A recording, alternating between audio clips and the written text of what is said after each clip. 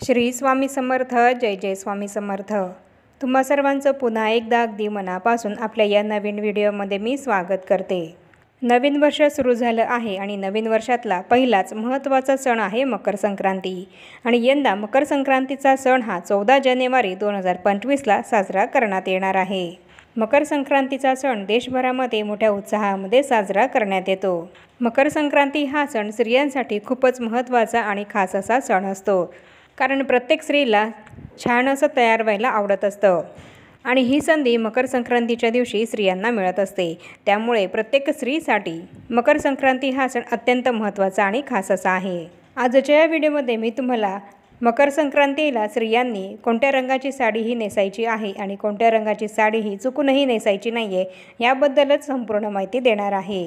आणि यावर्षी संक्रांतीसाठी कोणते शुभ रंग आहेत आणि तसंच संक्रांतीला सौभाग्यवती स्त्रिया बांगड्या भरत असतात, तर सौभाग्यवती स्त्रियांनी यंदाच्या संक्रांतीला कोणत्या रंगाच्या बांगड्या या घालायच्या आहेत, कोणत्या प्रकारच्या बांगड्या या घालायच्या नाही आहेत आणि बांगड्या भरताना कोणते नियम हे पाळायचे आहेत याबद्दल संपूर्ण माहिती मी तुम्हाला आपल्या आजच्या व्हिडिओमध्ये देणार आहे.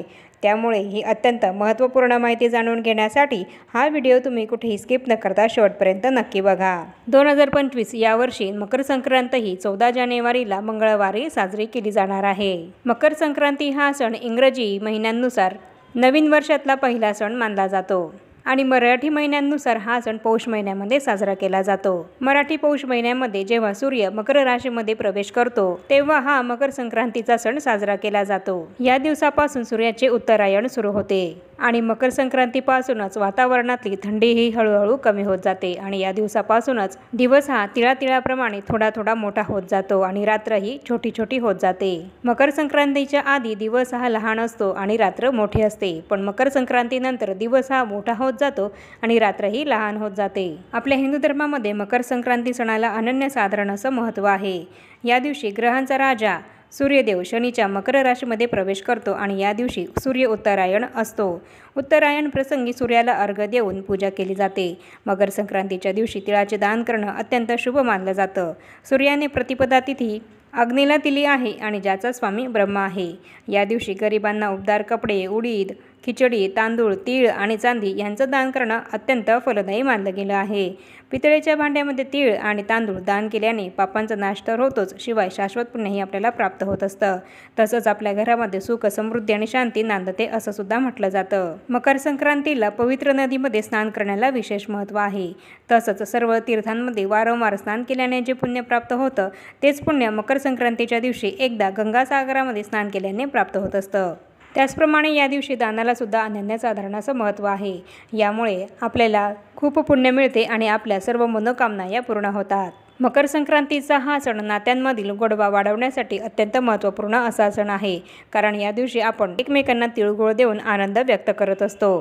तर याप्रमाणे मकर संक्रांती या सणाचं खूपच महत्त्व आहे आणि हा सण स्त्रियांसाठी अत्यंत महत्त्वाचा मानला जातो. कारण या सणाला हळदी कुंकवाला अतिशय महत्त्व आहे. संक्रांती या सणानिमित्त महिला संक्रांतीपासून तर रथसप्तमीपर्यंत हळदी कुंकू करत असतात. त्यामुळे प्रत्येक महिलेला संक्रांतीचा सण हा खूपच आवडतो आणि महिलांना याच दिवशी आपण कोणत्या रंगाची साडी नेसावी असा प्रश्न हा पडलेला असतो.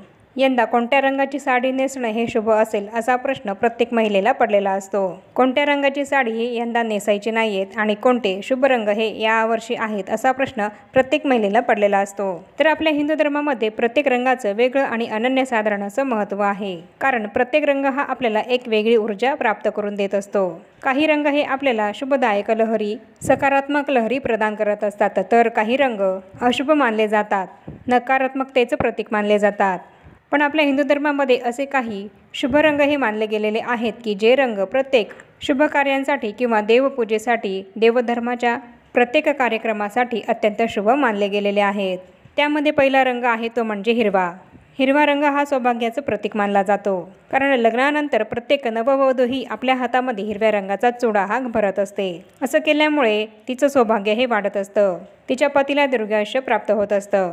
आणि तसंच हिरवा रंग हा निसर्गाशी संबंधित आहे आणि म्हणूनच हिरव्या रंगापासून आपल्याला एक वेगळीच सकारात्मक ऊर्जाही प्राप्त होते. त्याचप्रमाणे आपण जेव्हा देवीची ओटी भरतो तर तेव्हा हिरव्या रंगाचा ब्लाऊज पीस किंवा खण घेत असतो किंवा हिरव्या रंगाची साडी आपण देवीला ओटी भरताना घेत असतो.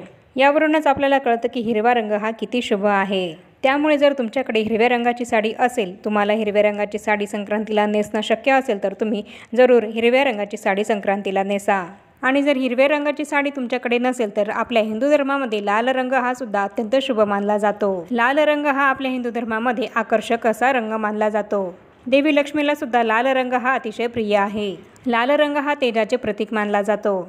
लाल रंग हा शौर्य, उत्तेजना, साहस, आवेग, संघर्ष, शौर्य आणि नवीन जीवनाशी संबंधित मानला जातो।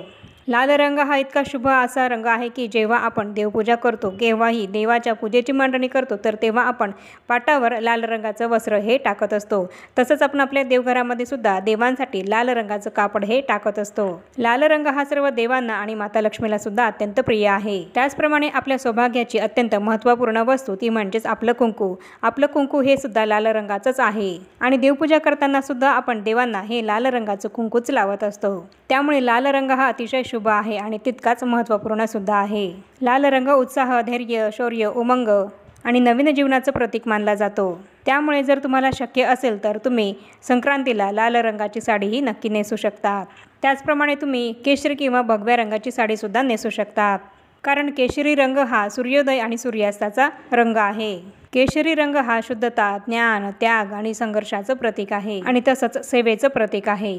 तसंच केशरी रंग हा दैवी शक्तीचं प्रतिनिधित्व करतो। या रंगातून एक सकारात्मक ऊर्जाही प्रभावित होत असते। केशरी रंग हा शौर्य, वीरता, बलिदान यांचे प्रतीक आहे, कारण शिवाजी महाराज यांचा सेनेचा ध्वज, रामकृष्ण आणि अर्जुन यांच्या रथाचे ध्वज हे सुद्धा केशरी रंगाचेच होते। या रंगातून एक सकारात्मक ऊर्जाही प्रभावित होत असते। त्यामुळे तुम्ही जर संक्रांतीला केशरी रंगाची साडी घातली तर यामुळे तुम्हाला एक सकारात्मक ऊर्जाही मिळेल, तुम्हाला एक प्रकारची नवीन ऊर्जाही मिळेल। त्यामुळे तुम्ही केशरी रंगाची साडीसुद्धा संक्रांतीच्या दिवशी घालू शकता। त्यानंतरचा सर्वात महत्त्वाचा रंग आहे तो म्हणजे गुलाबी, आणि हा रंग प्रत्येक स्त्रीवर्गाला आवडता असा रंग आहे। प्रत्येक स्त्रीला गुलाबी रंग हा आवडतो। गुलाबी रंग हा प्रेमाचा रंग मानला जातो आणि तसंच हा रंग आनंदाचं प्रतीक सुद्धा मानला जातो। गुलाबी रंग हा प्रत्येक स्त्रीला आकर्षित करत असतो। गुलाबी रंगाचे कपडे आपण जर परिधान केले तर यामुळे आपलं मन देखील खूप प्रसन्न होतं आणि एक प्रकारची वेगळीच सकारात्मक एनर्जी ही आपल्याला मिळत असते। गुलाबी रंगामुळे सुख समाधान हे आपल्याला प्राप्त होतं आणि आपलं मनसुद्धा शांत होतं आणि म्हणूनच गुलाबी रंगाचं वेगळं असं महत्त्व आहे आणि म्हणूनच तुम्ही संक्रांतीला गुलाबी रंगाची साडीसुद्धा नेसू शकतात। तर याप्रमाणे आता मी तुम्हाला जे काही रंग सांगितले आहेत तर ते यंदाच्या संक्रांतीसाठी अत्यंत शुभ असे रंग आहेत आणि संक्रांतीच्या दिवशी असे रंगाचे कपडे परिधान केल्यामुळे असे रंग बाहेरची उष्णताही शोषून घेतात आणि आपल्या शरीराला उब प्रदान करतात। थंडीपासून आपलं संरक्षण व्हावं म्हणून या दिवशी गडद रंगाचे कपडे हे परिधान केले जातात आणि म्हणूनच तुम्हाला या रंगाचे कपडे संक्रांतीला परिधान करायचे आहेत। पण याबरोबरच तुम्ही चिंतामणी कलर, पोपटी कलर, क्रीम कलर, राणी कलर अशा रंगाचे कपडेसुद्धा घालू शकतात। या रंगाच्या सुद्धा साड्या नेसू शकतात आणि त्याचप्रमाणे सर्वात महत्त्वाचं म्हणजे मकर संक्रांतीला काळ्या रंगाचे कपडे परिधान करणं हे अत्यंत महत्त्वाचं मानलं जातं। मकर संक्रांतीच्या दिवशी काळ्या रंगाचे कपडे परिधान करण्याची परंपरा आहे। मकर संक्रांतीच्या दिवशी रात्र मोठी असते आणि याच दिवसापासून दिनमान वाढायला सुरुवात होते। काळोख्या मोठ्या रात्रीला काळ्या रंगाचे वस्त्र नेसून निरोप दिला जात असतो, म्हणून या दिवशी काळ्या रंगाचे कपडे हे परिधान केले जातात। आणि वैज्ञानिक दृष्टिकोनातून बघितलं तर काळ्या रंगाचे वस्त्र हे वातावरणातील उष्णता शोषून घेत असतात आणि मकर संक्रांती हा सण थंडीमध्ये येत असतो आणि या थंडीच्या दिवसामध्ये आपल्या शरीराला उष्णता मिळावी, उब मिळावी म्हणून मकर संक्रांतीला काळ्या रंगाचे वस्त्र परिधान केले जातात। त्याचप्रमाणे थंडीच्या दिवसांमध्ये तीळ हे आपल्या शरीरासाठी उपयोगी आहे आणि म्हणूनच एकमेकांना तिळगुळ देण्याची प्रथासुद्धा पडली आहे। तर याप्रमाणे काळ्या रंगाचं महत्त्व बघता तुम्ही काळ्या रंगाची साडीसुद्धा संक्रांतीच्या दिवशी नेसू शकतात, काळ्या रंगाचे कपडेसुद्धा परिधान करू शकतात। पण तुम्हाला सर्वांना प्रश्न असा पडला असेल की नेमकी कोणत्या रंगाची साडी आपल्याला संक्रांतीच्या दिवशी चुकूनही नेसायची नाहीये। तर आपल्या हिंदू परंपरेनुसार संक्रांती देवीने ज्या रंगाची साडी ही परिधान केलेली आहे तर त्या रंगाची साडी आपल्याला संक्रांतीला चुकूनही नेसायची नाहीये। संक्रांती देवीने ज्या रंगाचं वस्त्र हे परिधान केलेलं असतं तर तो रंग आपल्याला वर्ज संक्रांतीच्या दिवशी करायचा असतो। दरवर्षी संक्रांती देवी ही वेगवेगळ्या रंगाचं वस्त्र हे परिधान करत असते आणि यावर्षी संक्रांती देवीने पिवळ्या रंगाचं वस्त्र हे परिधान केलेलं आहे आणि म्हणूनच यावर्षी आपल्याला चुकूनही संक्रांतीच्या सणाला पिवळ्या रंगाची साडीही नेसायची नाहीये. पिवळ्या रंगाचे कपडे हे चुकूनही घालायचे नाहीयेत. फक्त संक्रांती या सणापुरतीच आपल्याला पिवळ्या रंगाचे कपडे हे परिधान करायचे नाहीयेत. आणि पंचांगामध्ये फक्त पिवळे वस्त्र हे सांगितलेले आहेत. त्यामुळे संक्रांतीच्या सणाला आपल्याला फक्त पिवळे वस्त्र हेच वर्ज्य करायचे आहेत. बाकी तुम्ही इतर पिवळ्या रंगाच्या वस्तू या वापरू शकतात. म्हणजे जसं की हळदी कुंकूमधली हळद असेल किंवा सोन्याचे दागिने असतील, तुम्ही या वस्तू या गोष्टी वापरू शकतात. फक्त पिवळ्या रंगाचे वस्त्र हेच आपल्याला संक्रांती सणाला वर्ज्य करायचे आहेत. तसं तर पिवळ्या रंगाचं खूपच वेगळं असं महत्त्व आहे. पिवळ्या रंगाला पितांबर असं म्हटलं जातं. पण आपल्याला संक्रांतीच्या सणाला तेवढा 1 दिवस किंवा संक्रांतीचे 3 दिवस आपल्याला पिवळा रंग हा वर्ज्य करायचा आहे. मग यामध्ये तुम्ही तुमच्या लहान मुलांना सुद्धा पिवळ्या रंगाचे कपडे हे घेऊ नका किंवा तुम्ही तुमच्या मुलींना किंवा सुनांना सुद्धा वौसा देताना सुद्धा पिवळ्या रंगाची साडी ही चुकूनही देऊ नका. त्याचप्रमाणे साड्यांसोबत संक्रांतीला बांगड्या भरण्याची सुद्धा परंपरा आहे. पूर्वीपासून आपली आई आजी संक्रांतीच्या सणाला बांगड्या भरत असतात आणि संक्रांती या सणाला बांगड्या भरणं अत्यंत शुभकारक मानलं जातं. त्यामुळे आपण प्रत्येक स्त्रीने संक्रांती या सणाला बांगड्या या भरल्याच पाहिजेत. आपण जरी आता कासाराकडे जात नसलो तरी बांगड्यांच्या दुकानामध्ये जाऊन आपण बांगड्या या खरेदी करत असतो. संक्रांतीच्या सणाला हळदी कुंकवाला जितकं महत्त्व आहे तितकंच बांगड्यांना सुद्धा महत्त्व आहे. हळदी कुंकवाप्रमाणेच बांगड्या या सौभाग्याचा अलंकार मानला गेलेला आहे. त्यामुळे आपल्या प्रत्येकीच्या हातामध्ये काचेच्या 2-2 का होईनात बांगड्या या असल्या पाहिजेत. शक्यतोवर तुम्ही काचेच्याच बांगड्या घालण्याचा प्रयत्न करा आणि त्यातल्या त्यात तुम्ही जर हिरव्या रंगाच्या काचेच्या बांगड्या घातल्या तर अतिशय उत्तम. कारण हिरवा रंग हा अत्यंत शुभ आणि सौभाग्य प्राप्तीचा प्रतीक मानला जातो. सौभाग्यवर्धक असा रंग मानला जातो. हिरव्या रंगाच्या काचेच्या बांगड्या घातल्यामुळे आपल्या पतीचं आयुष्य हे वाढत असतं. आपल्या सौभाग्याला दीर्घायुष्य हे प्राप्त होत असतं. त्यामुळे हिरव्या रंगाच्याच काचेच्या बांगड्या या आपल्याला घालायच्या आहेत. आणि बांगड्या घालताना एका हातामध्ये जर आपण 6 बांगड्या घातल्या तर दुसऱ्या हातामध्ये आपल्याला 7 बांगड्या या घालायच्या आहेत. या पद्धतीने बांगड्या आपल्याला घालायच्या आहेत. म्हणजे एका हातामध्ये 1 बांगडी आपल्याला जास्त घालायची आहे. बांगडी घालण्याचा हा अत्यंत महत्त्वपूर्ण असा नियम आहे. मग तुम्ही जरी 12 बांगड्या हातामध्ये घालत असाल किंवा 6 बांगड्या जरी तुमच्या हातामध्ये भरत असाल तरी सुद्धा तुम्हाला एका हातामध्ये 1 बांगडी ही जास्तची भरायची आहे. आणि बांगड्या घालताना हा अत्यंत महत्त्वपूर्ण नियम पाळूनच आपल्याला बांगड्या आपल्या हातामध्ये घालायच्या आहेत. तर याप्रमाणे तुम्हाला मी संक्रांतीच्या सणाबद्दलची अत्यंत महत्त्वपूर्ण अशी माहिती दिली आहे की आपल्याला कोणत्या रंगाचे वस्त्र हे या संक्रांतीच्या सणाला परिधान करायचे आहेत आणि कोणत्या रंगाच्या बांगड्या या आपल्याला घालायच्या आहेत. आणि आता या छोट्याशा माहितीसह आपण आपला आजचा हा व्हिडिओ इथेच थांबवूया.